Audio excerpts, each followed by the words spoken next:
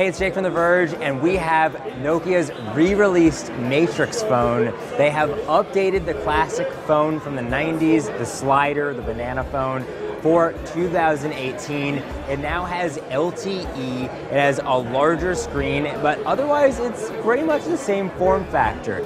This shape is pretty ridiculous in 2018, but it works. There is a ton of nostalgia here, and having wanted one ever since I saw the Matrix, I love the fact that HMD Global, which now makes Nokia phones, is bringing it back. I think they're entirely relying on that nostalgia for this thing to sell, but I absolutely don't care. I buy into it in this case. The device is going to sell for under $100, and basically HMD says that there is still over 1 billion people who are using feature phones, and they think that through some combination of nostalgia, Nokia's recognizable brand name, and just being one of the few people still making decent feature phones, it can actually get some people to buy this thing. So obviously the big deal here is the design. It has this curved shape on the outside, which is part of what gives it the banana phone nickname. Also, it comes in yellow as well as a black color. There is a headphone jack on top, charges over micro USB, and there's a 2 megapixel camera on back. I've already taken a photo with it, and I can tell you it is terrible. The slider is not exactly great, but it's not about whether it's good or bad. It's about the fact that it was in the Matrix 20 years ago. And you know what? That is probably enough. You have to use a directional pad to navigate the interface. You have to use T9 to type. And I have to say, going back after a decade on smartphones is a real wake-up call as to how not great that experience was.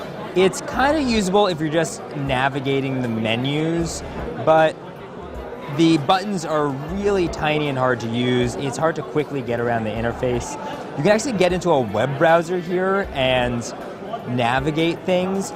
You'll control a cursor with the D-pad.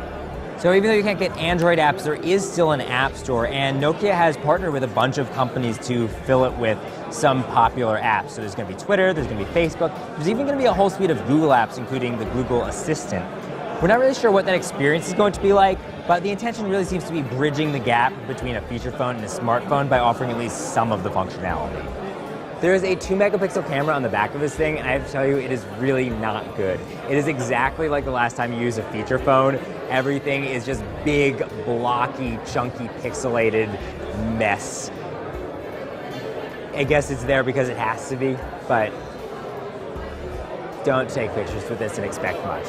And of course, this is a Nokia phone, and so there's Snake. I have to tell you, I've accidentally launched Snake 5 times while filming this video. It takes a lot of work to quit Snake. This phone also has LTE, and while that might seem kind of useless on a feature phone, it can also be used as a hotspot, which I guess would be a little bit more handy. That's also going to allow it to work on more cell networks around the world. And this one is actually destined for Europe. You're going to be able to buy it in May for 79 euros. There's also going to be a dual SIM model, which will probably cost a little bit more. Thanks for watching. For more, check out TheVerge.com, and be sure to subscribe at youtube.com/TheVerge.